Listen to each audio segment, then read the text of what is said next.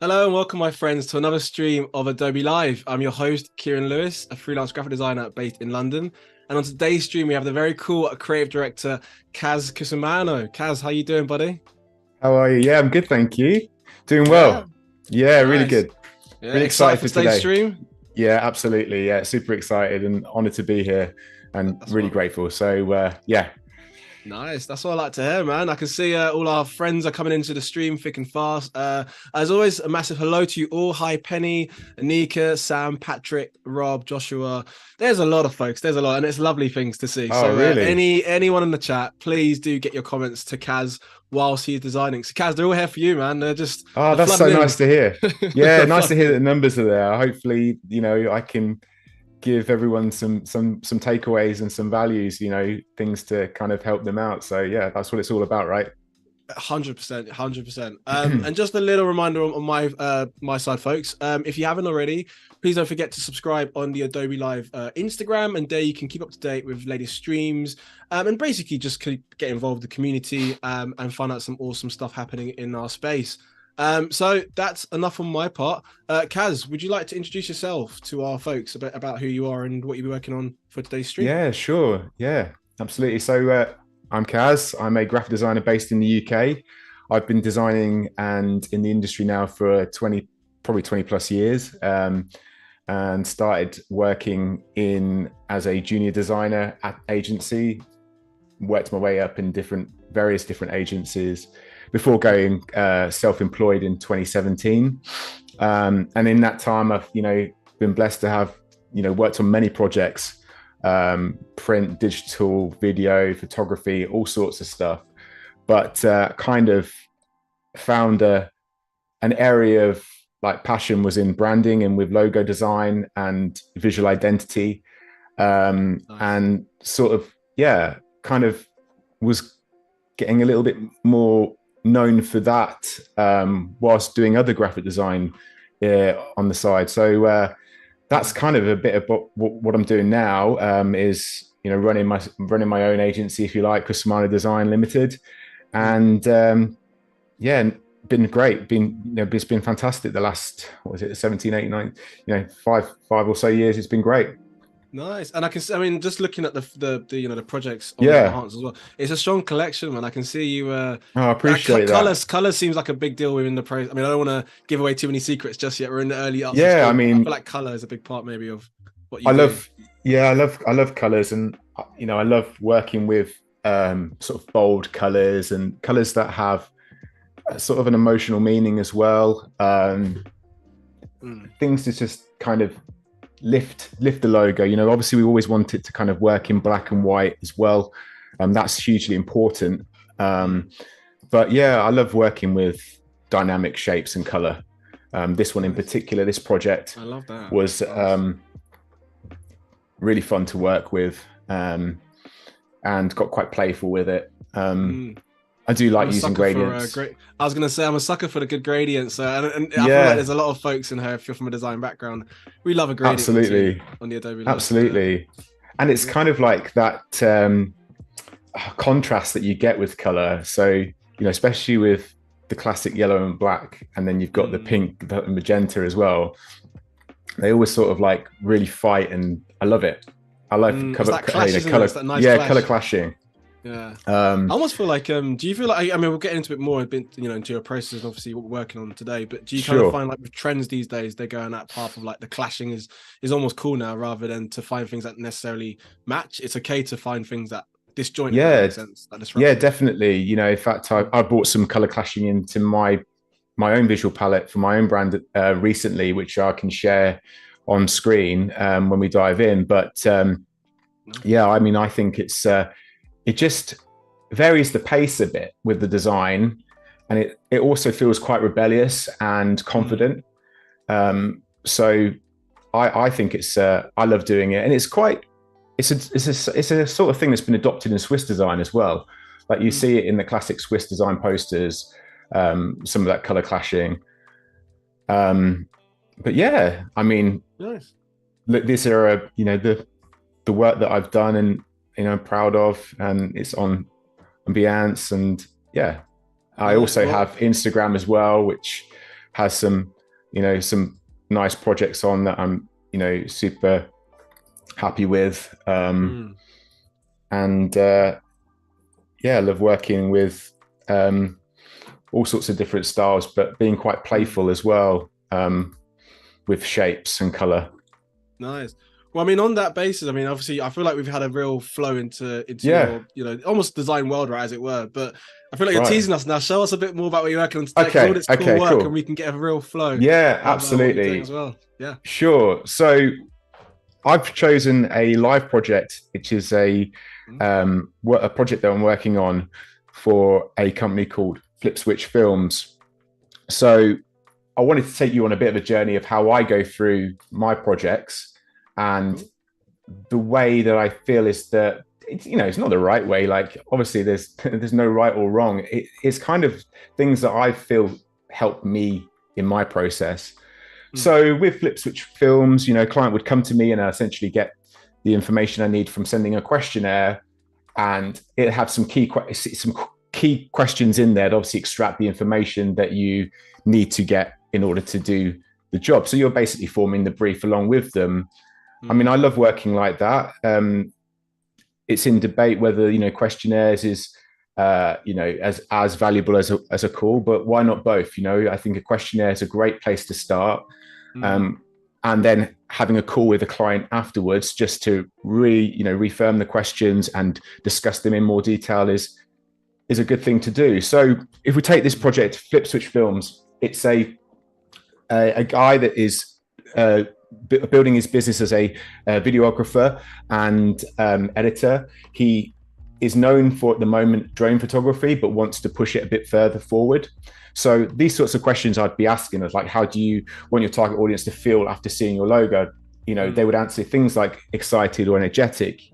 And I kind of look to highlight words like excited, energetic. And as a designer, I feel like we kind of know what visual aesthetics we would apply to the words exciting and energetic. So if someone said exciting and energetic to me, I might go angles, color, vibrant colors.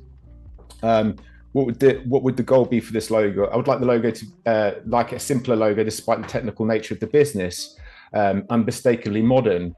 And I'm just reading it and seeing these key words jump out, as well as asking the client what examples of logos they feel accomplish this goal. I think that's really important. It's not about likes and dislikes at this point. It's about, what do you think accomplishes this goal? It's a different question to that likes and dislikes. I build a bit of a picture by looking at these key words. So I won't major too much on this form. Just on that, I mean, I was going to say that's a really, just to sort of hone in what you just said there, because we have these streams quite a lot, and I think that's quite nice to sort of see before we jump into the real nitty-gritty of design. You really dig deep into the brains, right, of the client, so kind of their rationale as to why they're thinking what they're thinking, and allow you to kind of work backwards, right, in terms of if you need to refer back to something at the original, the questionnaire, you can always go back, which I think is a really nice way of that methodology of how it works. Really I think we've always got to kind of look back and challenge ourselves as well, especially when we're designing. Hugely important. So for me, I believe it's hugely important. And also, getting an example of what their competitors are doing is quite important as well, because we want to look right in the space, but we don't want to appear a me too. So, that really helps. I'll just close that. And whilst, by the way, Caz, we've got a lot of excuse me, a frog in the throat today. We've got a lot of positive comments and lovely comments coming your way. I want to start strategically throwing them at you because they're all positive stuff, and that way. Amazing! That's great. But we've got Nathan who's on YouTube streaming. Welcome, Nathan. He said, "I met Caz many years ago, and he's very talented. I gave him a task, and he will provide. Also awesome at the guitar, an all-round legend. Man has a great eye." There you go, man. Bless him. Hey, Nathan, how you doing, man? That's amazing. Yeah, what an amazing way to start a stream. Really kind words there. Yeah, the feeling's mutual with Nathan. And that's definitely one of many, but I'll strategically throw them out later on throughout the stream. So there we go. Oh, appreciate that. Thank you. That keeps me going. So cool. The next step, where do we go from there? Well, I think it's about getting probably the most important part of the designer's arsenal, which is the sketchbook and pencil, really. And I I love word mapping. I think it's a great way to do getting ideas out. So I'm just going to click over to a more of a close up. Hopefully that's people can see that and can kind of get a gist of the words that are in there. So I would write Flip Switch Films in the center of the page or wherever you feel like you want to be writing, and then kind of build off it. So you can sort of see the way my mind starts to think, like, I want it to be clean. We want it to be, a monogram. I didn't show you on that questionnaire, but the client has actually referenced a few examples of the logos that they feel accomplish that goal. And I've got that in the mood board, which we'll come on to. So, negative space, I think, was mentioned in the questionnaire, but something I hugely love. I love that playfulness with negative space. I think it's really cool and looks great. So there's words in here that just really start to inspire, really, energy, motion, glitch, simple, memorable, distinctive. Sagi Haviv and the team are huge inspirations of mine. That stands out as one of the things that he mentions a lot. So I like to write it down and remind myself of it. Great book if anybody is looking to get a book called Smile in the Mind. It's classic. And yeah, so I'll be writing words down. I don't know how many I would do. It's not really a rule. It's until I feel kind of like ready to roll on to the next stage. Just on that, just that curiosity, sure. When you're doing these kind of like brainstorming visuals and keywords, is it more of you do it at your desk, or are you kind of doing it on the go? Or is it kind of where the inspiration comes from in the moment, depending on the brief? What's the kind of process going now? I think like I would probably sort of say to myself, there's a time to look at the sketches, but what I might do it at my desk or a coffee shop or something. But what I tend to do is, once I've done the word mapping and sketching, is park it for a day. And then when I look to start doing the visual exploration in Illustrator, that's when I would do it maybe a day after or so. I don't think you should cram everything in. Like, you really need that incubation period to let those ideas kind of form in your subconscious as well.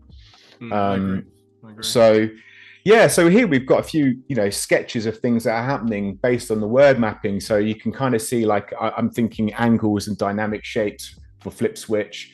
I want it to be a monogram. I want it to, kind of be quite bold and work in a variety of different applications. So there's some interesting shapes happening here. I haven't got pages and pages of sketches. Sometimes I do, but I think there's enough to start exploring in Illustrator at this point. The other thing I'd like to share is the actual mood board of inspiration, which I think is an important thing to cover for me, because what we find of logo design, and maybe a lot of logo designers, they might start to look at other logos. I think as logo designers or as designers, we see logos and visual communication daily. And I think our subconscious is taking in what we think is a good execution of a logo.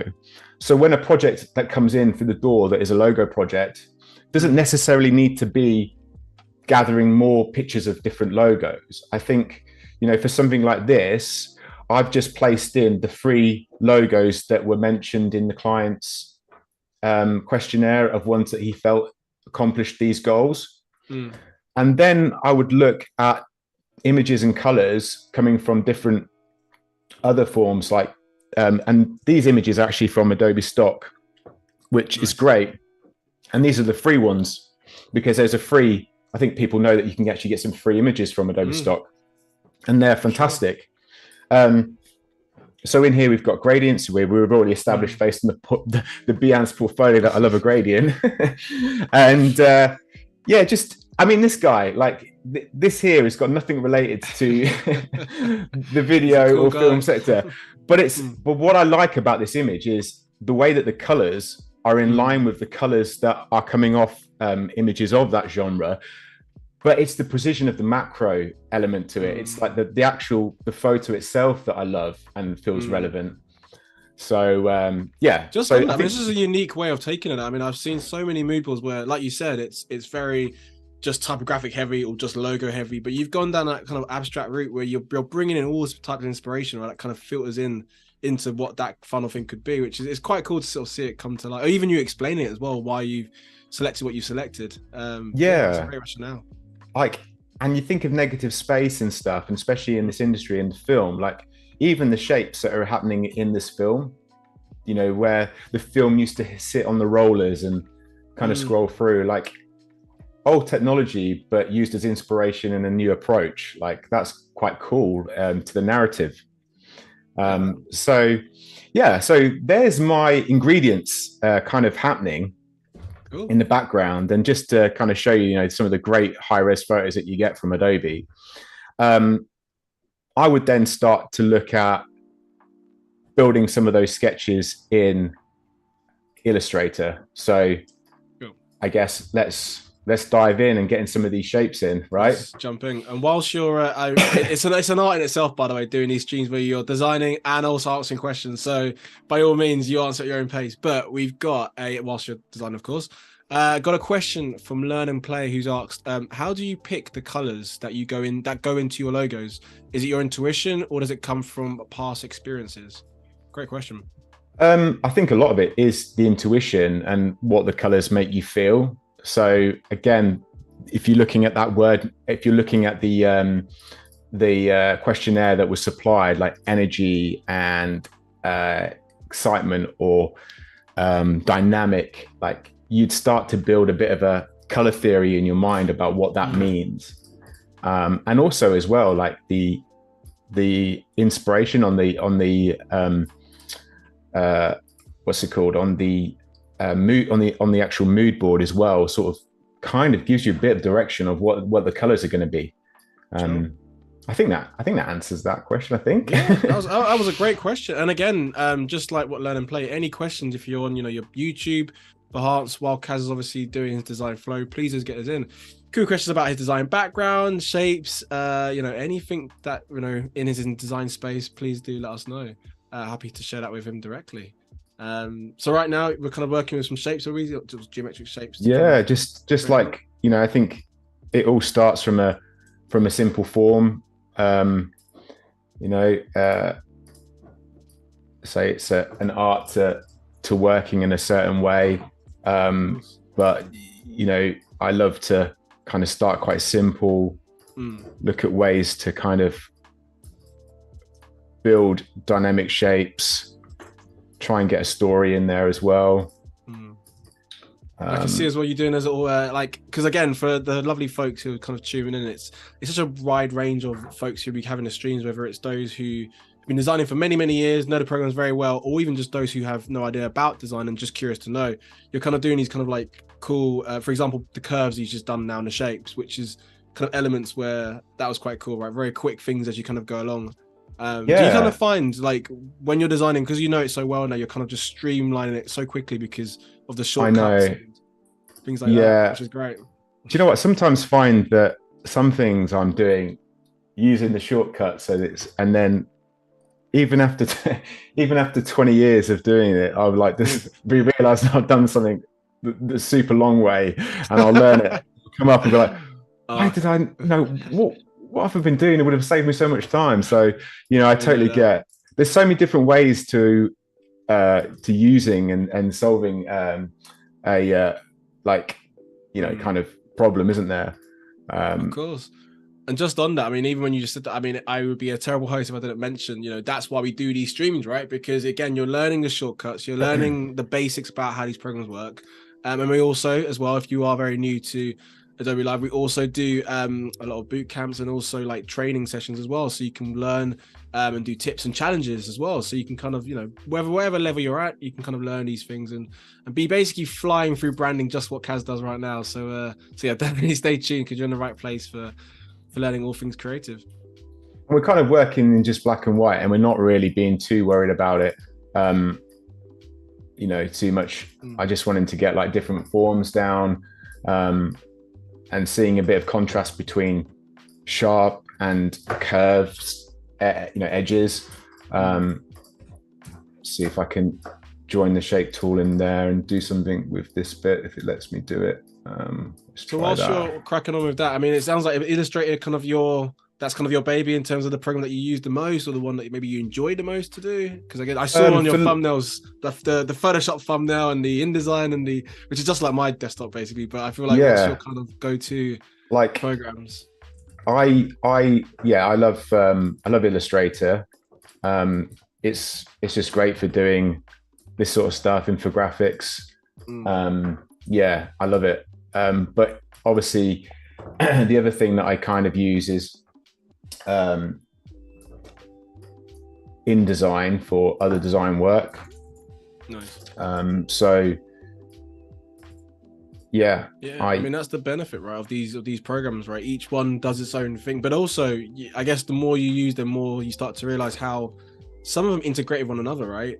You might take a graphic and bring them into InDesign and Photoshop and so forth. And again, if you are quite new to watching these streams, that's one thing you'll learn of the different programs that we work within, that a lot of them kind of work in sync with one another, which is quite cool. Definitely, yeah. That's what that kind of ecosystem that Adobe's got is second to none, really. I'm liking that shape though, that you just that was so smooth how you just did that there, the connection of the that just flowed right in quite nicely there.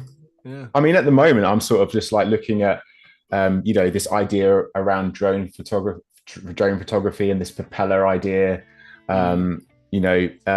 This kind of triangular screen. I'm liking the idea of negative space as well, and how the 16:9 screen can appear in this sort of F monogram.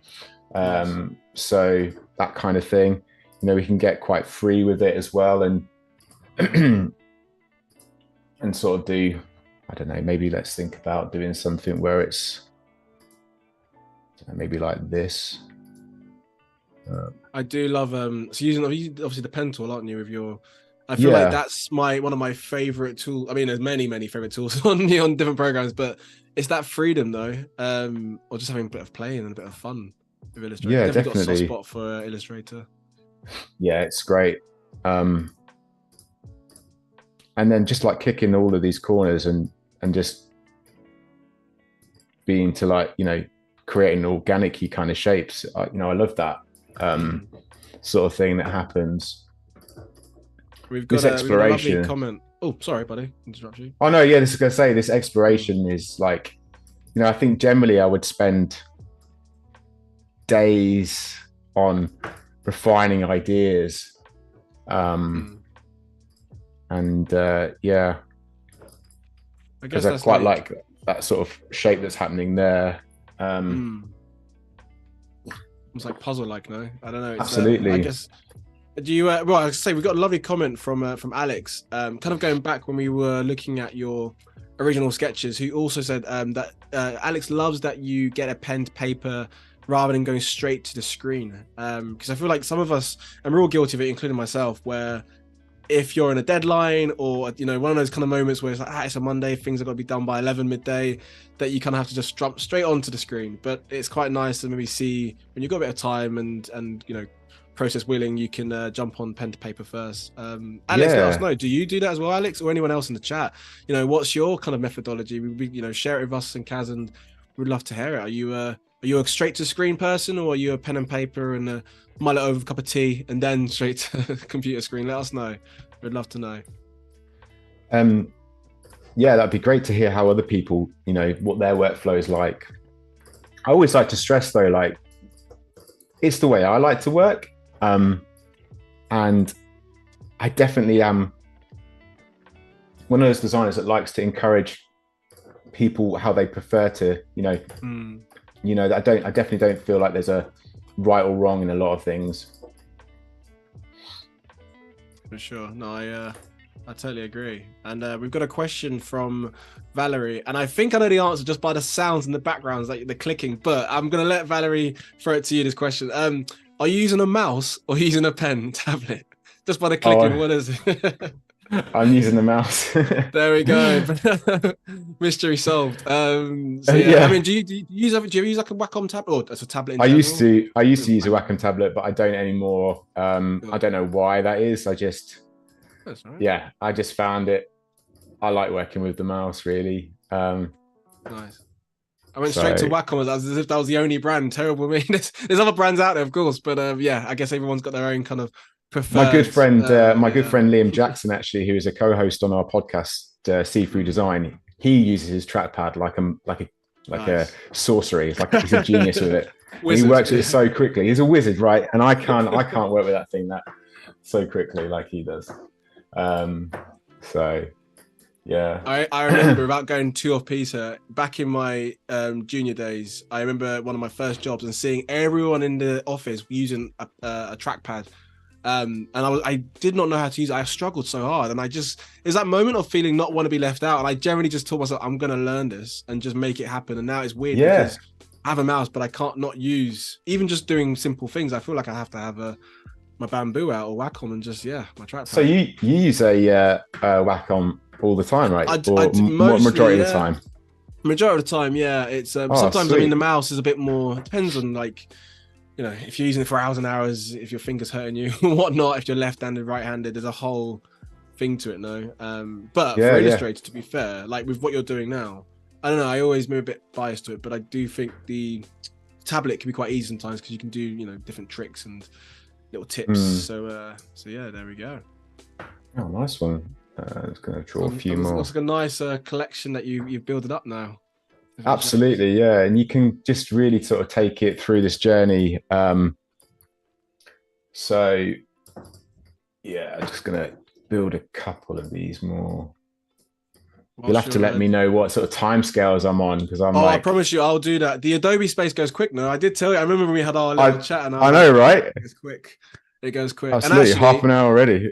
That's a solid time to mention. And thanks for reminding me, actually. I should keep track of time better. That's half an hour into our stream already. And if you have just joined us, firstly, welcome. If you're on YouTube, perhaps. And today we have creative director Caz, who is working on a creative branding project. So you're seeing him right now in Illustrator, creating some different variants of shapes for an awesome logo. So any questions you have for Caz, design background, any throw some tips, opinions out there, please do let us know in the chat, and I'll do my best to share it directly with him. We've got some comments here, Caz, which I'll throw at you as well now. Well, not throw at you, I'll pass them over to you. Sound a bit drastic there. We've got Ian who said, I always start on pen and paper. It's worth it for the happy accidents and a nice getaway from the screen too. Very good. Yeah, that's right. Shout. Yeah, it's healthy to take that break, isn't it? Yeah, and I've got a bit of a pen addiction, which means that buying all these like nice looking pencils and pens, that they get some use out of it. Is that your bit? See, I've got a soft spot for anyone who's seen my streams. They know I always mention Moleskine books way too much in my streams, but I've got a collection of Moleskine books, dude. Yes, yeah. I am the same. I am the same. I'm not the only one. No, you're not the only one. And I start anonymous group. Yeah. I love them in my corporate colors, in my branding. But the question is though, do you finish your Moleskine books? Because that's where I mess up. I buy one and don't finish it, and I hoard them. I don't know if there's the right answer. Do you have like each project a different Moleskine book without geeking out? No, I do like to. I like the idea of finishing one and then kind of like that's smart. Yeah, and then it's like a monster now. No, I do love that. So nice. Yeah. So okay. So just to kind of give you some context of where this is going, I think I'd love to show you kind of the exploration that you'd go into. So kind of in that cookery show style, here's one that's prepared earlier. And I just want to show you the level of idea generation that you can, kind of conjure up from tweaking the shapes right down to like lots of different marks that happen that really come together and build lots of ideas. And this is where you can really explore. Illustrator is your friend. It's all about being able to copy paste. So the artboards. Absolutely. And I am going to just copy that one over into my design here as well. So I think with half an hour gone, it'd be good to start looking at the typography and also building up that final mark, really. So I've got a mark that I want to kind of just construct with you. And I'm going to do it like this. So we start off with our triangle, which is a couple of ways to do triangles if you wanted to do it with a star, or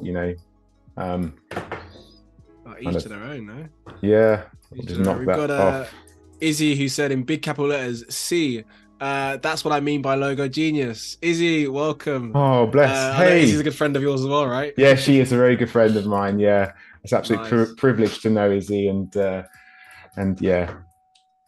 Thanks for that. We definitely know Izzy on it because also she's Adobe Live host as well. So welcome, Izzy. Thanks for joining us. And we've got Ian, who's also mentioned, he got some lovely comments in the chat, which we love to see. Who said, I got really comfortable illustrating using a mouse in my first job, so never got the hang of using the tablet. I mean, each to their own. Though I guess it's whatever you feel comfortable in that space, and that's good for the job itself, right? But then again, there's always kind of, I don't know if you ever do it, Caz, but I feel like I'm quite maybe it's not set in my ways or stubborn, but sometimes a lot of things like that could make life easier, but because we know it in our way, maybe we don't maybe want to learn about it or know about it. But there's all these different things that we can make life more streamlined, right, in terms of the process or upskilling. Yeah, definitely. So there's like, I think the learning happens as well, like when you're when you just want to go and learn something, it's hard to motivate yourself to learn it, right? Whereas a bit of a baptism of fire is kind of learning on the job, or knowing that you can apply something. And I think about the things that I've been able to achieve in my career, and a lot of the time it's like, just getting on with it, working on a live project, being confident, saying yes, and solving a problem, because it's, you kind of, it is problem solving what we're doing to a degree, And also a bit of my reading sometimes, right? Depending on the client, I just find there's different skill sets that we have to kind of, especially as a freelancer, maybe, which obviously you're in that freelance space, right? But there's a lot of different things in the freelance world and say the full-time world as well, which is I mean, actually that's kind of comes into, maybe you need some tips you could share for those who are in the chat, maybe who not necessarily from a design background, or maybe they are but they're just starting out. Have you got any tips for those who maybe want to go in that path of what you're doing in terms of your own business and freelance and working with clients? I mean, I think for me, like, the time is important. I think the time that I went freelance was right after lots of years of experience in agencies. I think if you can work at agencies for a few years, just to really kind of gather that skill set and those qualities that come with that, then go for it. I think build up a good network of people is what I'd say if you're going freelance. What I found is I've got a lot of friends that are designers, and that's, we're not competitors, we're friends. There's work for everyone, and otherwise it's quite a lonely place. So interact, message me, like, I'm all cool, just drop me a message. Slide into Caz's DM. And actually, on that topic of sliding and being friends, we've got a lovely comment for you, Caz, whilst you're designing some magic, from Laura, who said, you got a few fans here, by the way, Caz. I'm just putting it out there. We've got Laura, who said, I work with Caz on a weekly basis. I usually give him a brief and he works his magic. So interesting to actually see his process. If you're an aspiring graphic designer, you'll want to befriend Caz. What a comment.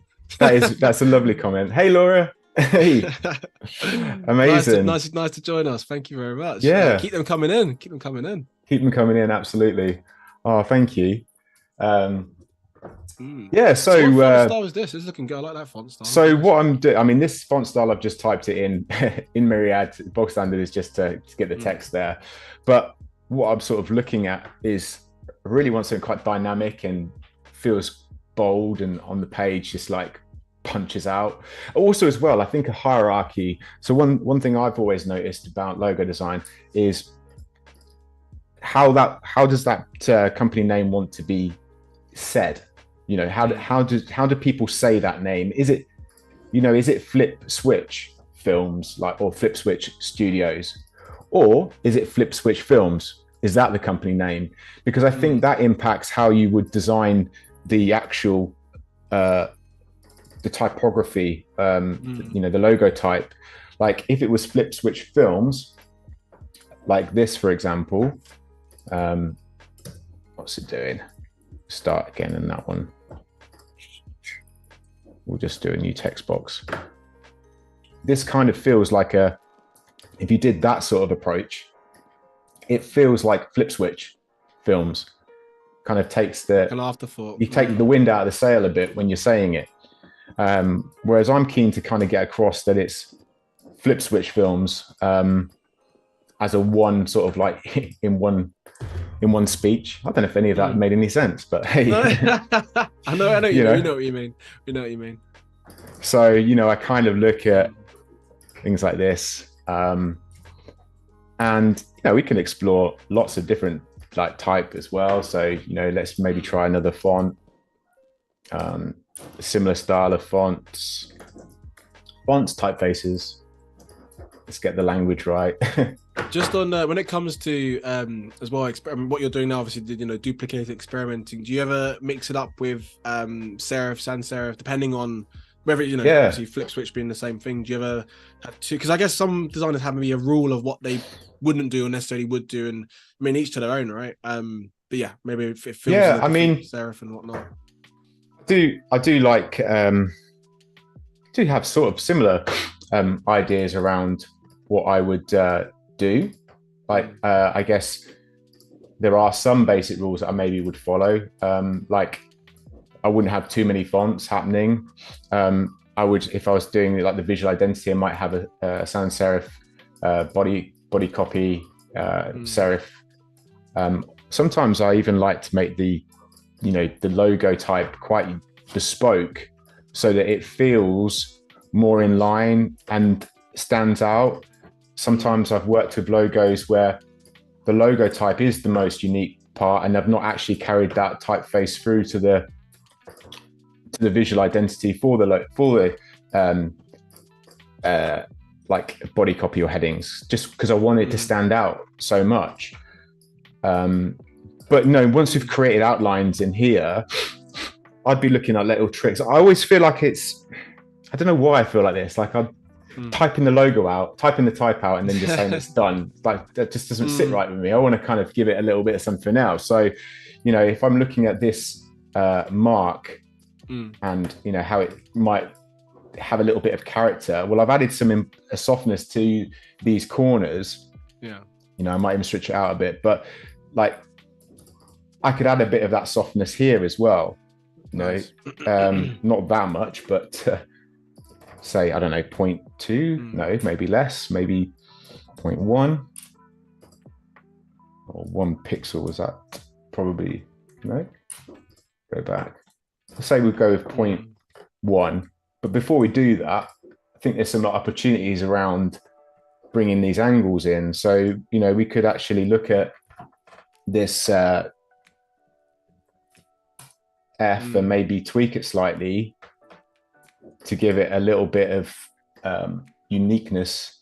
And then we could then look to maybe add that.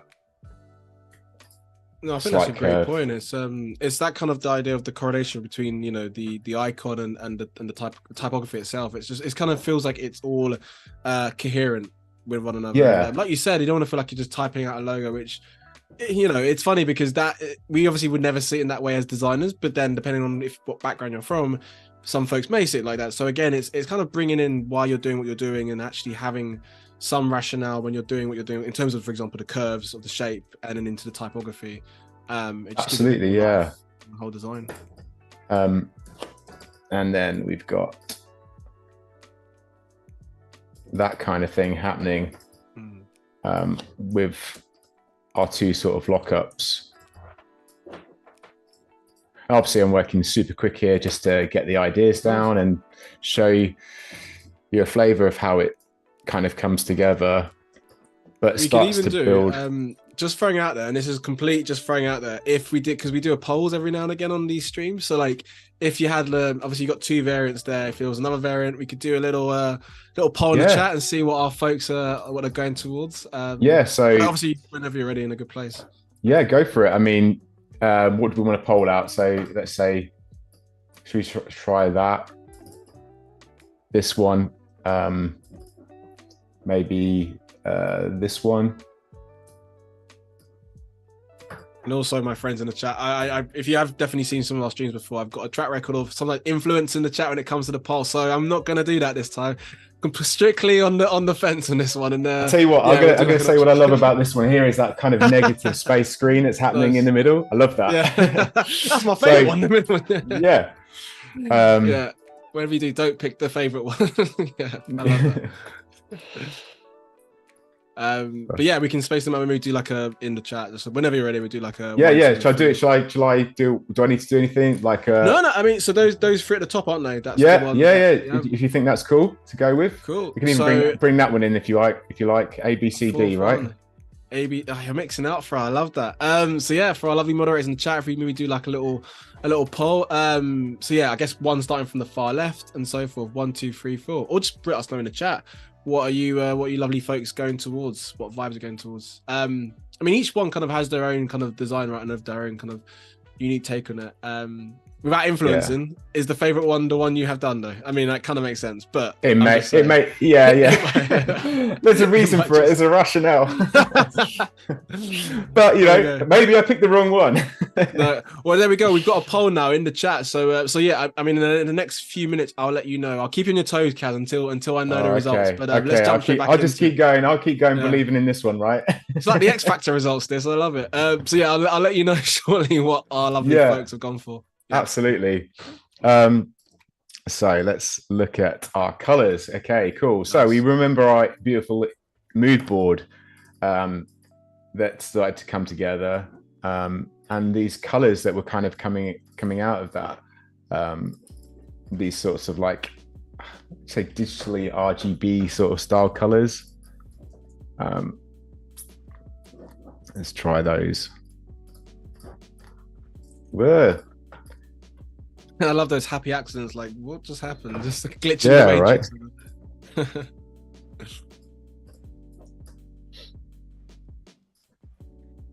And Caz, just a bit about your background as well. Like, did you study in what you're doing now? Was it self-taught? Like, what's your? I went to college and did a BTEC in graphic design. I did art GCSE, graphic GCSE, and then I got a junior designer role when I was 18, and then just stayed. So I didn't go to university. I mean, that's it's interesting to know, because the reason why I asked as well is because especially for those who are quite new to the streams as well, we have a range of folks from different backgrounds as well, especially, which is important to flag. Not necessarily from the educational route of going down uni and college and whatnot, and actually the self-taught, which is so important as well, and getting that experience, because it completely ranges, right? You can be self-taught and still thrive, or also have a full-time job and then do this as a side hustle as well. So it's nice to kind of know your background, Caz, and kind of how you started out. Yeah. So let's go and build that over there, bring that over here, grab this. Probably a good time to I'll definitely plug it, because I'll be a terrible host if I don't. When it comes to like color swatches, do you ever use the Adobe Live Color, Adobe Cooler? We used to be called Cooler. Yeah, I did. Is that still around? In? Do you know what it's called? Adobe. Let me just double check. Terrible on my part, and I know we can definitely get it in the chat, a link to it. It used to be called Cooler back in the day with the K. Yeah, I loved that. It was fantastic. Yeah. But then for some reason I didn't realize it was still around. It's definitely still going, and I'm sure one of our moderators will get it in the chat. But yeah, basically, if you don't know what it is, it's allows you to kind of have swatches and know almost like trends that are out there, to give you an idea of inspiration out there for color swatches, right? And awesome as well, because you can actually download the codes directly into your programs and then work straight from that. So that's an awesome one. Awesome. And it's Adobe Color. I mean, with a name like, it's so simple. I made it more complicated than it needs to be. It's Adobe Color, but it used to be Cooler. I'm sure it did with a K. I'm not going crazy, am I? Yeah, I'm sure it did. I'm not going crazy. Oh, Cooler is still around, Josh. But yeah, Adobe Color, and our lovely moderator has just put it in there as well. So yeah, that's a very useful tool if you're using branding or anything that just relies about color and you're just kind of stuck. So definitely have a little browse on that. Awesome. That's cool. Yeah, I definitely advise using that because I loved it when it was called Cooler with a K. I'm thinking a PlayStation game, Cooler World, but that's a whole different stream. So yeah, okay. Very, so what are we looking at now? I'm pretty sure there's a dad joke opportunity in there, wasn't it? It's very cooler. Yeah, there is a dad joke. Instantly lose anyone that's turned up to this stream. They've just gone. Disconnects. No. I think you brought more in now. To be fair, we love a pun. Right? We love a joke in the Adobe Live space, though. So keep them coming. Our design puns, you're not wasted on me. I promise you that. Yeah, brilliant. So, cool. This is where the chat tells me that they didn't like this logo, didn't like this idea. They liked option D. But I've run with it as the designer and the confidence. I've just gone, yeah, that's the one. And we actually have the results, but I'll let you know once you've done your explained us. I don't interrupt you in your flow. Okay, cool. Do need to do that, so let's change that down here.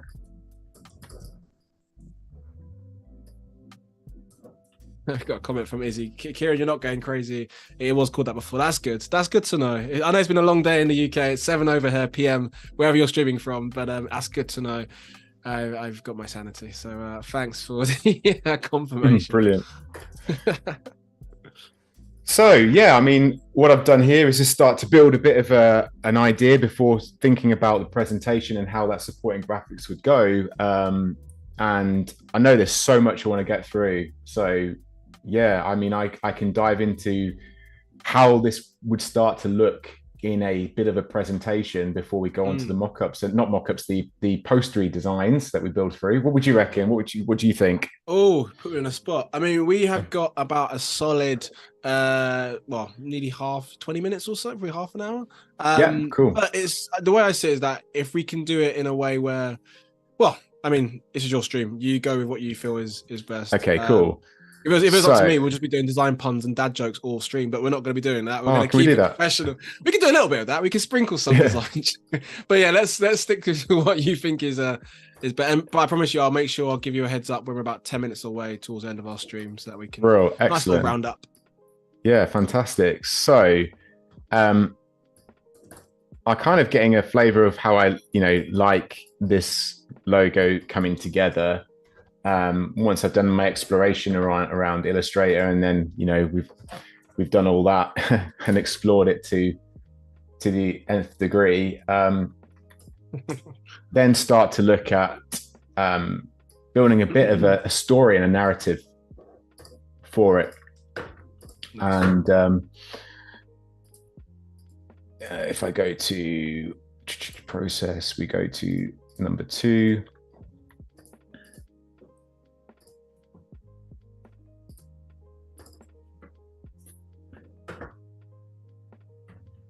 So it kind of takes us on a bit of a journey for our presentation, really, and seeing where we get to. So here's my color clash that I've introduced into my, my corporate presentations.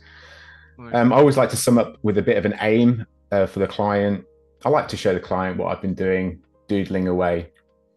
And I love to reinforce this quote to clients. It's never love at first sight. Good logos need to be appropriate, distinctive, and memorable, and simple, from the legend that is Saki Haviv. Nice. So I would then propose a concept, Flip Switch Films, a bit of a story around that. I'm not going to read that, but what I will do is I'll put this presentation on my Behance page so that people can look at it and show the concept in different formats, just nice and strong and big on the presentation, and look to then introduce the color on and show them the kind of the usage around the icon and how the icon would work. And then, okay, so we've got a bit of a logo, or we've got a logo coming together. I would then sort of looking at some sort of supporting messages. I know that I like the typeface Rock, which is ROC typeface that I've picked. So with that, I've done something quite cool. So thinking about a bit of the brand language and what that word means. So we could go and look at using it's called flip switch. I instantly think of flipping text. Like I just see the idea of that happening. And just like one word, I love those sort of marketing straps or those marketing messages that just utilize like one word. So simplicity, Yeah, so let's look at maybe using our font, which is our typeface, which is Rock. Wide one, which is whilst you're looking for that, we've got Izzy just said that this is my favorite part, the presentation. And I feel like that is quite fun though, kind of bringing it all together once you've kind of been cooking in the kitchen, as it were, and then kind of then displaying it in quite a nice, in such a beautiful way how you've done it in InDesign. It's quite nice to sort of see how it comes to fruition. Definitely, yeah. I love doing that sort of thing. So we've got a kind of quite a nice design thing happening around flipping the text. And I like to then just add like the layers on the next page or on any sort of square or graphic, and imagine, cool, like you've got this sort of like mirrored thing happening, play associated to maybe the storytelling part of what the company does. If they're doing it's like a nice accident that the two Y's. I don't know if it's supposed to be that, but the shape that it kind of makes in the center, that's a really nice accident there. Or maybe it's rational. I don't know. Who used to know? Works really well. That it's playtime, right? It's playtime. So I didn't actually purposely do that as well. Sure. Sixth sense now. But you got this cool like typography happening. So yeah, with these colors, I might start to look at ideas around posters and other things. So we'll go into Photoshop. Nice. And again, that's the next layer of the presentation. I'd be building a presentation and I'd be showing, look, here's what you can do around your messaging, and action, all these like cool words that are related to film and videography. So in here, let's build a bit of a poster. Okay, cool. So we've got what I'm going to do is I'm going to convert that to a smart object, and there'll be a reason for it. Cool. Because I want to be able to put an image in there. Whilst you're doing that, we've got can I share a few questions away whilst you're go ahead. Yeah, look. The first one's a comment actually from Ash Raffle, I hope I said it correctly, who said he's not good at presentations. But Ash Raffle, I mean, like Caz said, you're going to be putting this on your Behance, right? So again, you can see examples of how a professional does it, and hopefully that gives you some inspiration to create your own. Because we're not all good at first thing when we first start out, but hopefully this allows you to go on and do your thing. And we've got a question from Nick Longo. Hey Nick, how's it going? Hey. He said, I always like to ask, when presenting logos, how do you handle a client that leans more into their personal preferences versus the brand rationale you've agreed on? That's a good question. I think it all comes back to that legendary Sagi Haviv quote, really. It's never love at first sight. And it's about reminding people that we're designing for not them, we're designing for their their customers, their brand, their where they position themselves in the market. So yeah, I think it's about reminding them of that. Obviously, it's good to get, it's obviously lovely to have a logo light. Of course it is. I think it's great because people rally behind a logo that they like, and especially if it's a small company, it's quite important, isn't it, to rally behind the thing and be proud of it. But I think, yeah, there is definitely a balance. I mean, just to kind of flow on that, I mean, I totally agree. And I think it's because you do find, depending on the clients, right, and the scope of who they are, and maybe more so if it's, say, a startup or say it's a family business, for example, where you're investing in it emotionally as well, not just we're making money or whatever, it's a business and that's good to do, but also there's an emotional attachment to it. So it can be quite easy to create a logo with a designer and actually do it because of how you think it should be. But like you said quite nicely, Caz, is actually looking into your audience and understanding it's maybe not love at first sight, and then over time you kind of build that rapport. So Nick, who asked that question, he just said a great quote. I think I might steal it. There we go. So you can borrow it, Nick. You can borrow it. There you go. You can borrow it. Yeah, you can absolutely. The day rate comes up later. Oh dear, yeah. I'm loving how you're jumping between the programs now as well. This is what we said at the beginning, right? Between Illustrator and InDesign, for how each program kind of has its own entity, but you can kind of switch in between. Flip switch. There we go. Switch in between. Oh yeah, loving it. I'm doing it now. I don't even know I'm doing the puns and. You've definitely been hanging around me too much, mate. That's what's happened. Not enough, I think, Caz. Not enough. Yeah. So I'm just gonna build something. I don't know, a bit random here, but let's just make it happen. See if the story, see if people like this story that's happening. There's some cool things that are happening. So basically, like by turning this into a smart object, means like if I want to now add another image or create another poster, I can place another linked file onto the smart object one by double clicking it.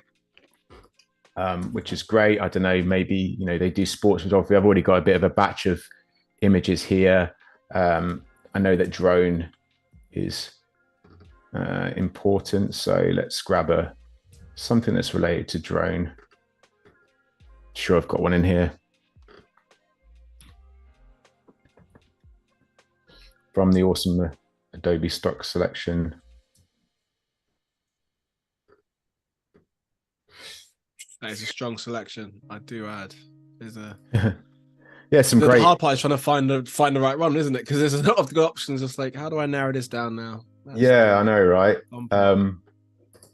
We'll find it. I think we'll go with that one, right? So I'm gonna just like layer a few of these in, save it down, move back over to here. So now if I want to switch between the two, I can just like save and it will automatically update what I want it to do. So the other thing that I'm going to do now is add a bit of a blur to, I'm going to flip back to the other image and I'm just going to add a blur to that.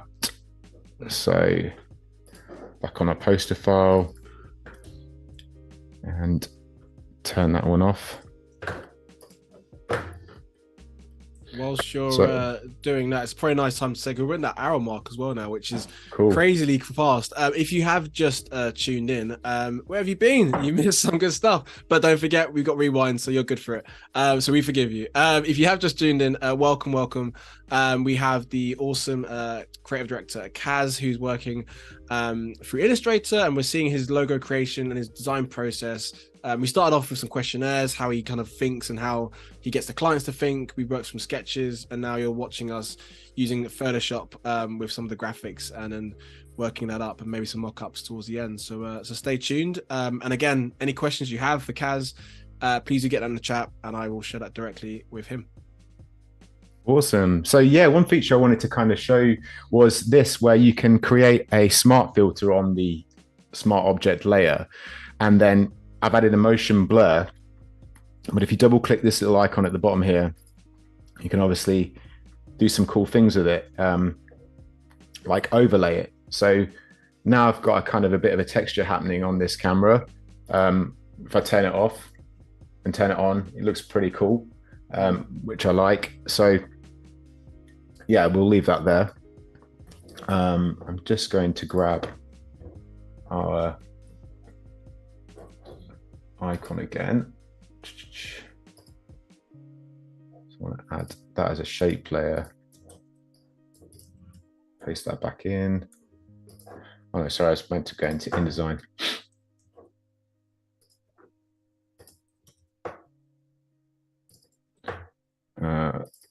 Duplicate that. Yeah, I kind of jump around the software quite a lot. No, I love it. I mean, I feel like I just sort of sat back here and just watching it. It's, you're getting a real insight into another designer's kind of methodology, and it's just like jumping into your world between the three programs, and it's an art, right? Just knowing what works for what program as well. So it's yeah, and you just get super quick with it as well. So yeah, let's say. Now what I'm going to use this for is a bit of a mask. I've got this idea at the kind of two images. So let's add a gradient, not a gradient, sorry. We want. I know we love a gradient, Caz, but I was like, whoa, we're in the gradient world today. Not that kind of gradient, yeah. Let's go with purple, maybe. Color. We'd obviously use our colors that we've picked. Flip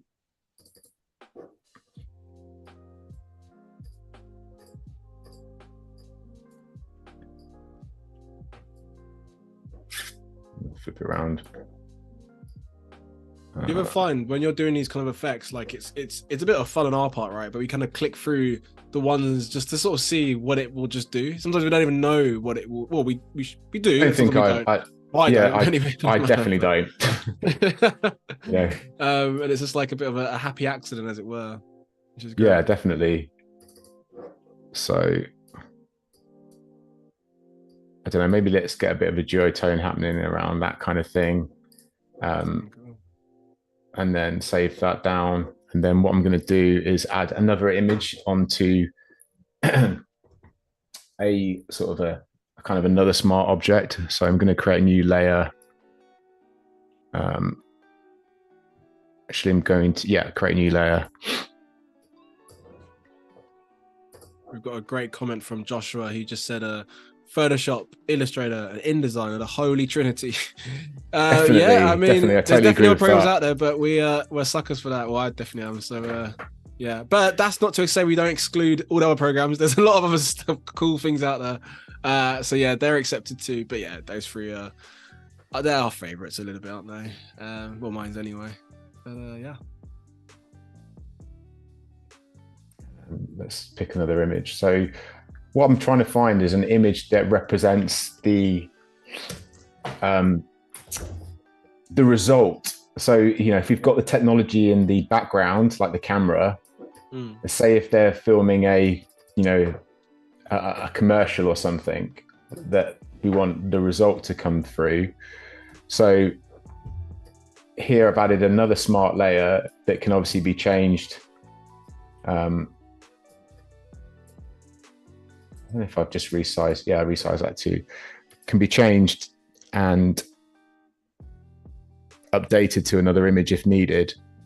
And I'm going to click that.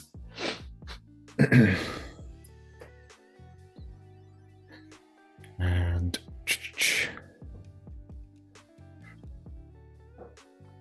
create a bit of a mask.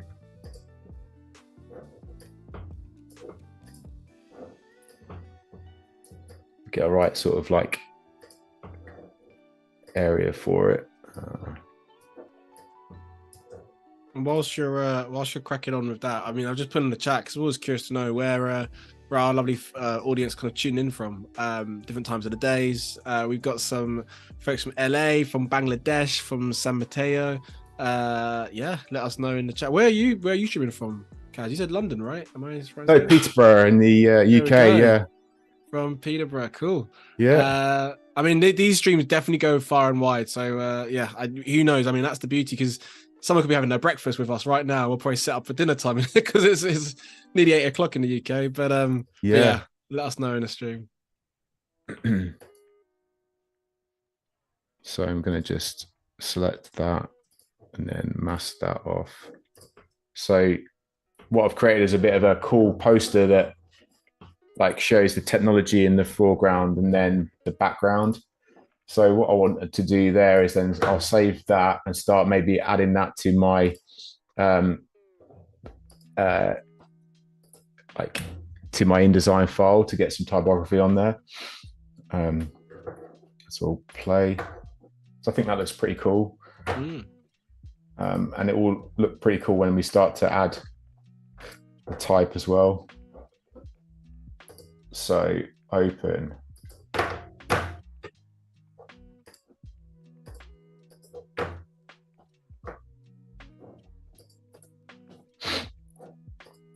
Do you ever obviously you're using InDesign, switching between the two and Photoshop? I kind of geek out, but I get quite excited when it updates automatically. You know, when you just do like a refreshing, and it's the little things, right? That kind of keep us going. It's weird. We were talking about that today. I was actually talking with my friend Liam about that today, of how cool it is when it updates it. It's a nice one. It's cool. I mean, you know it's going to happen, but it's just the fact that it happens is still really cool. There we go. You got Izzy who said this is looking awesome, looking good. She's loving the overlays. Awesome. I'm going to, so for the sake of this, I'm going to put the transparency into RGB, even though for print we'd want it to be CMYK, but we would just choose colors that would be printable in CMYK. So I'm going to just put that one there. And then look at our story so far, right? So we've got our logo, and how are we doing for time, by the way? We are good. In fact, you read my notes. So I was gonna give you a heads up in about 5 minutes to say we have about 10 minutes left. So, well, we have about 15 minutes or so left, but we can do that and then maybe do like a nice little roundup. Yeah, absolutely. And then more importantly, leave some time so that our folks can obviously find out about yourself as well. So sure. Yeah, when it's a 10-minute window, I'll give you a shout. Bro. Okay, cool. So what I'm wanting to do is kind of build a bit of a redo.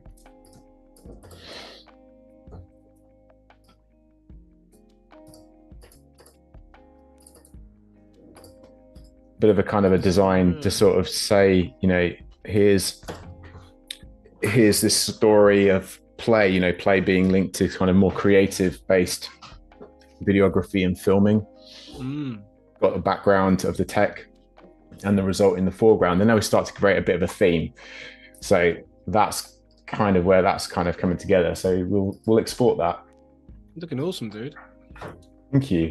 I like as well. I mean, like, I don't know if it's, you know, obviously you got at the bottom of that gradient, it's quite darker, and that's obviously where the logo sits. So it kind of feels like it's not actually troubling anything or even, you know, blocking the legibility wise. Absolutely, it works really well there. There's a great book called Duotone. I don't know who it's by, but it's got some lovely examples of this sort of duotone stuff in there, which is cool.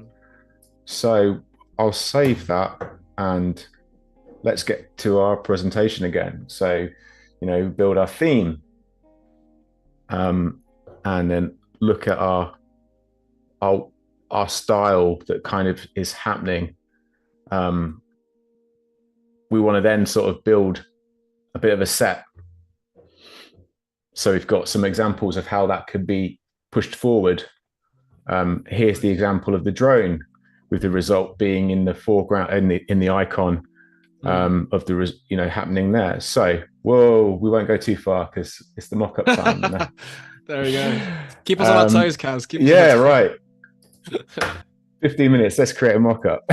By the way, on the toes, I don't think I told you the result, did I, buddy? On the when we did our little poll. I mean, the result was D. I think I got that right. Yeah, I think D was the. Okay, so that was the winner. That was the winner. There we go. I kept the toes for way too long. It wasn't supposed to be that long. But we ran with we ran with the one that with this one. Okay, cool. Exactly. D, but I think everyone's got a soft spot for the one you picked anyway. So there we go. Bro, it's a happy ending days. on both sides. So let's get our place place linked file. So I've just exported I think we've just exported a JPEG somewhere. Let's go back and just make sure we've exported it. I've definitely had those moments as well where it's just like, did I export, and also has it gone to where it should be gone? Yeah, right. It's like where have I saved this? Export. Yeah, I think well, for this I'm going to put it on the desktop, and this is why my desktop gets super messy, and I had to spend hours cleaning it up before this stream. Shove them into one folder. Yeah, to sort one, to sort two, to sort three. Screenshot one, screenshot two, screenshot three. We've all got them, right? We've all got them. It's each to their own. We've had so many chats on these streams about that and the tidiness of people's desktops, and there's no right or wrong answer. It's each to their own, right? Each to their own. Method to the madness. Absolutely. And then we can get some sort of like cool, I don't know, like mock-ups happening. Really, just have fun. Nice. And just show them in sort of real life. Do you find when you're presenting to clients, like when they, I mean, I've found it in my own personal work as well, but when you get to design like what you're doing now and what you're showing us in the mock-ups, is that it kind of really reinforces the message to the client, and I don't know, do you feel like they get it more when they see it in context of the design, say for a bus ad or for clothing? Yeah, definitely. Like sealing the deal, really. Yeah, I think so. I mean, there adds another element of what could be real life, and I think that's hugely important in trying to sell the idea to somebody that may be less visually creative, if that makes sense. Yeah. We've also had as well, definitely like folks on the streams before where, I mean, and again, this is very much time willing and depending on the project itself, but they almost create their own mock-ups as well, which is awesome, because if you have the time and you're able, and the skill set, of course, when you get to create your own mock-ups, it's more tailored to kind of what you wanted, because I mean, there's a mock-up for everything, right? Especially on Adobe Stock, which is awesome. Yeah. Good plug, right? But then again, it's nice to kind of create your own, depending on what you're trying to do and what you're trying to achieve. So I take my hat off to anyone who does create their own mock-ups, because it is an art in itself. But yeah, mock-ups are our friends, that's for sure. Absolutely.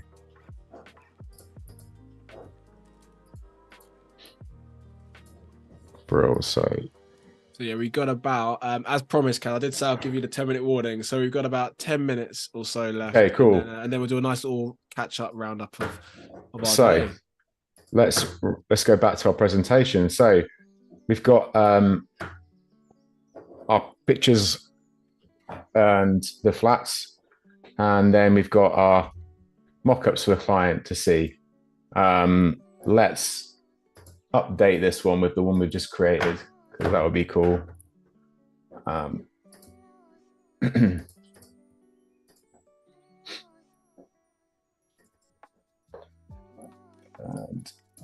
yeah, it's going to reset my workspace actually. Oh, yeah. I'm old school as well, so I always go with the Essentials Classic. I'm a classic person. I'm a classic. I love person that. Too. Nothing old school. I like to see them all at the top. Of course. And yeah, just get playful with it. So here's it working for sports photography. You've got the sports in the background and the technology in the foreground.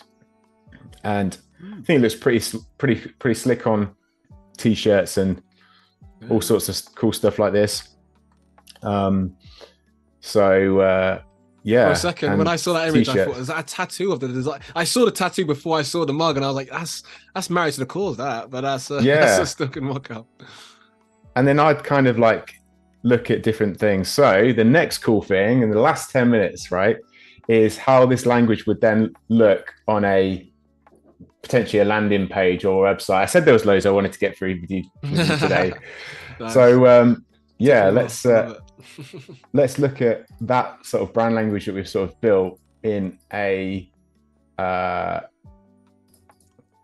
web page. Nice. So yeah, just a very simple modular site concept put together in sort of blocks, but yeah, it's been a bit jerky with the way that it's loading in, but you can kind of see moments. how those colors sort of like and the typeface work. There may be that there's not a lot of content, or there's not a lot of like what's the word? Well, you may be on a time restraint, and you just need to work on the sort of using a modular, coming up with a bit of a modular site. It's clean, strong. You've got some like breaking the grid stuff happening, and the web people in the room could see like things maybe could be moving, and there's some fairy dust that can be sprinkled on there to lift it even more. And I wouldn't necessarily say this is the web page, but in terms of the presentation, I think it's a nice thing to do, to have it in the mix. So I would then like maybe mock it up on a screen just to kind of entice, especially if you haven't actually won the website design yet and you just want to throw in a bit of a flavor, just cross-sell the opportunity. And then I would just show, a thank you to, well, it's nice to say thank you, right? Of course. I mean, that's the presentation and the design work that kind of leads up to kind of building it. And yeah, I mean, just on the, when you mentioned about the digital element, I think that's quite nice because, obviously we range on the stream of course of graphic designers, photographers, videographers, but I think when we kind of dip into those elements of digital, say, and even the video, it's quite nice because I don't know what your skill set, if you got the skill sets of the coding and design and digital design, because that in itself is a whole different venture, but then it kind of gets the client thinking in terms of maybe they never necessarily thought they would be going into that realm. And if you need to collaborate as a designer, maybe alongside a coder or a UX guy, that's quite a nice kind of relationship to kind of build the brand even further. Yeah, definitely. I mean, I don't do code. I design UI and UX and but I don't do the actual coding. But I've worked with developers and kind of know what it is that they need in order to do the job. But it's just nice to say, like, it's just another element of real life that to show the client at that sort of like branding stage. I think as well, like expectation. I'm somebody that really believes in over delivering, because I think the best advert for yourself is the work that you show people. And if I'm going to spend an extra hour on finessing my presentation to make it look the best it can be versus creating an advert to sell myself on Facebook or something, I would put the effort into making the presentation look the best it could be, because those word of mouth referrals, those things that kind of, building a good name for yourself, it all comes from that mentality, I believe, of just adding that little bit extra. Yeah, that's the way I've done things, and the way I'll continue to do things, really. Do you find that within your craft as well? Obviously, we've had a real insight into, your background, your design methodology. I mean, building that client relation, and this is where we talk a lot about this on the streams, when you're building that rapport with, especially when you're in the freelance space, like that's quite important now, of building that relationship and that transparency and actually understanding that the design skill set is one thing, but then the people skills, like you said, the working extra hard, that transparency, being honest as well. Do you find that helps within maybe finding more clients or building? Absolutely. Transparency, honesty, those sorts of things. They're my morals for life, not just work. Like, so, and I think as well, when you work with somebody, I mean, I had a great creative director once tell me that people enjoyed working with him because he Ben Shelbourne, I'm just going to flag his name up because he's an absolute legend. He said that they work with him because they make him that he makes them sleep well at night and sleep calmly, and I feel that's what our job is.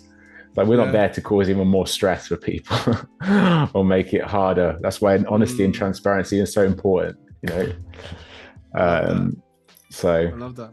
Well, I mean, on that note, we've got about 5 minutes left, and that's probably a good time maybe to do like a little roundup of what we've done from the very beginning of the stream, like a streamlined version, because it's almost like for those who did come very late, they can always rewatch, and we've plugged it, so you can definitely rewatch. But maybe like a nice little recap, and then maybe we can end on, how folks can find out a bit about you. So yeah, sure. So and then we'll plow. Yeah, so I guess what we did was we went through our initial process of getting our questionnaire down. We spoke about ways of highlighting keywords that can build the visual, taking those visuals into a sketch pad, taking those keywords into a sketch pad, building off a bit of a narrative and a story, and start to get some inspiration down and where that takes you, sketches, and have a good time with the pen and paper.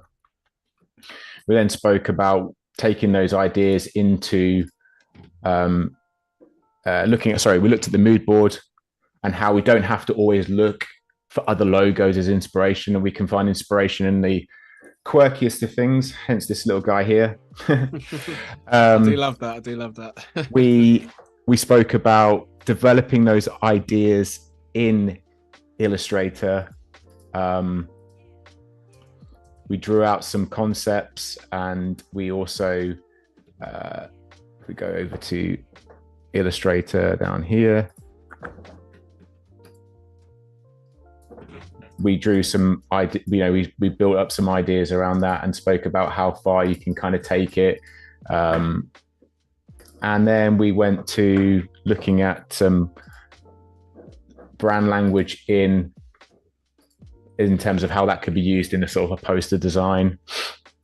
We looked at typography around, we've got a kind of concept of this flipping text to bounce off the coolness of flip switch, build up some mock-ups.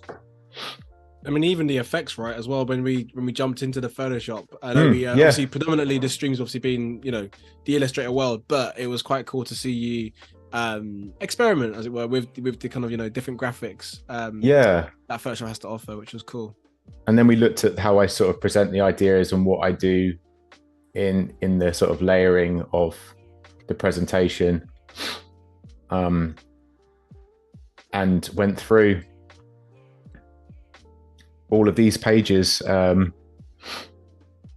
have to say, it's a very clean presentation that you've done on InDesign. Like, I feel like, because that's quite important, right, of how you lay it out, but in a way that is very easy digestible for the client.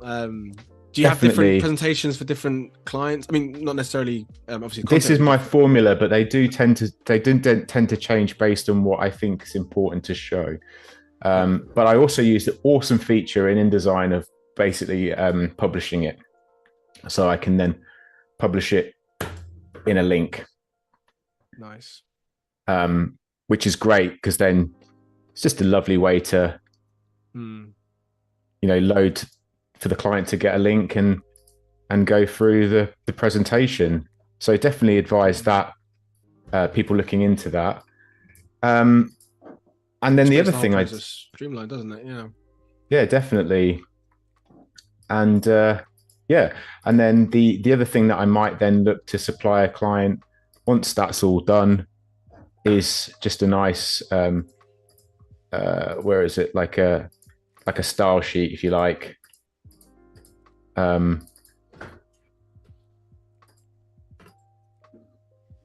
just showing how they can use, it's got their colors, their images, and a little bit of a brand. This is a kind of a cheat sheet for them as well. Nice. Build it all together. All right. It's been nice to see it come all together. We've got a few minutes left, so what I want to do is I'm going to ask you this question which we've got from Dirk, and then maybe because I want to make sure that we get this last question in, but also we find like the smallest of time to definitely promote you so that folks can find out more about you. So within a 2-minute window, maybe 1 minute and a half window, Dirk said, what would be your dream project, type or industry, Caz?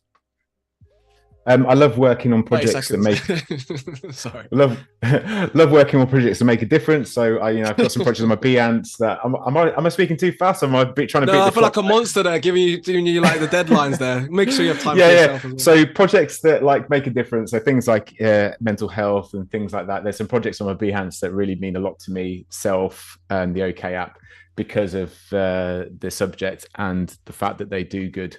I love that kind of project. Nice. See, Dirk, I didn't want to miss out your question, so I got that in there. And then finally, Caz, how can folks know about yourself and follow up with you? Is there anything you want to plug? I mean, plug my, I'll plug my LinkedIn. Cusumano.uk on LinkedIn. I think it is anyway, but on Instagram as well, Cusumano.uk. Just follow me. Got a question, just drop me a question. I'm super easy, and I'll answer it. That would be where you can follow me. I've got Instagram as well. My webpage is cusumano.uk, and on Behance. So nice. Yeah, I have no doubt, Caz, you'll get folks sliding into those DMs, and I mean the comments have been absolutely all positive and great, and I've had a lot of fun hosting you today. I hope you enjoyed it too. Yeah, it's been absolutely brilliant. I thoroughly enjoyed it, and hopefully you'll have me back one day. Who knows? Of course, anytime, my friend. So on that note, just to kind of wrap up, stay tuned for our next stream with Andrew Hortzriddle, and you can learn to create the perfect TikTok, Instagram reel, or YouTube short by layering text, design elements, and voiceovers using the blending modes and animation to bring it all to life. So you don't want to miss that one, my friends. Caz, thank you so much there. You've been awesome, dude. Hope you enjoyed it. Absolutely. Thanks to everybody at Adobe. My pleasure. Our pleasure. And of course, thank you to you lovely audience as well for tuning in, for making the chat awesome. And of course, our moderators. So on that note, we'll see you very soon, my friends, and have a good one. Ciao. Take care.